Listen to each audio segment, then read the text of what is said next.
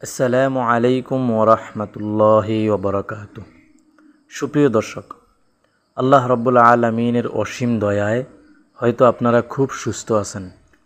আমাদের নবী হজরত মুহাম্মদ সাল্লাল্লাহু আলাইহি ওয়াসাল্লাম আল্লাহ তাআলার আখিরি রসুল।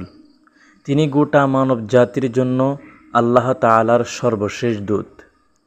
তাই তার প্রতি বিশ্বাস ও আনুগত্য ছাড়া আল্লাহতে বিশ্বাস ও আল্লাহর আনুগত্যের দাবি অর্থহীন। কোরআন মাজিদের বিভিন্ন জায়গায় এই বিষয়টি ঘোষিত হয়েছে। আল্লাহকে পাওয়ার একমাত্র পথ খাতামুন নাবিয়্যিন হজরত মুহাম্মদ সাল্লাল্লাহু আলাইহি ওয়াসাল্লামের অনুসরণ। তাই তার জন্য হৃদয়ের গভীরে মোহাব্বত ও ভালোবাসা পোষণ করা এবং তার জন্য আল্লাহর দরবারে কায়েমনোবাক্য দোয়া করা প্রত্যেক উম্মতের ঈমানি কর্তব্য। কোরআন মাজিদে স্বয়ং আল্লাহ তাআলা নবী করিম সাল্লাল্লাহু আলাইহি ওয়াসাল্লামের জন্য আল্লাহর দরবারে তার জন্য দোয়া করার আদেশ করেছেন।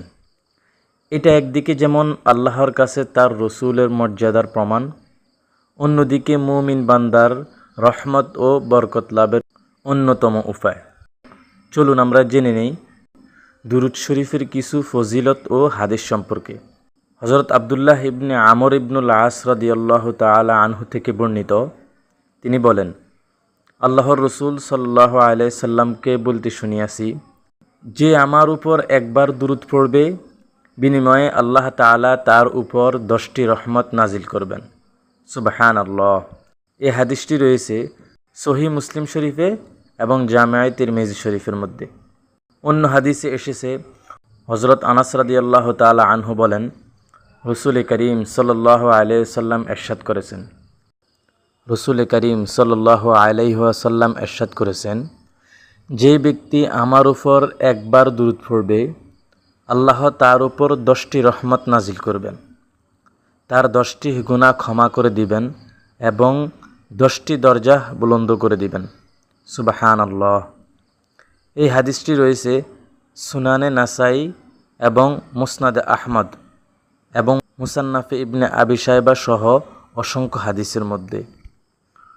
অন্য বর্ণনায় হজরত আবু দারদাহ রাদিয়াল্লাহু তাআলা আনহু থেকে বর্ণিত, তিনি বলেন, তার আমল নামায় 10টি নেকি লিখে দেওয়া হবে। সুবহানাল্লাহ।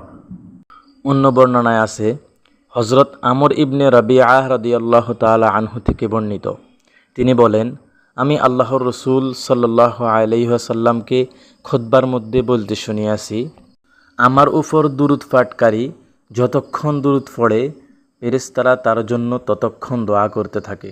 সুবহানাল্লাহ। সুতরাং বান্দার ইচ্ছা সেই দুরূদ বেশি পড়বে না কম পড়বে। এই হাদিসটি রয়েছে মুসনাদে আহমদ এবং মুসান্নাফে ইবনে আবি শায়বা এবং সুনানে ইবনে মাজা সহ অসংখ্য হাদিসের মধ্যে।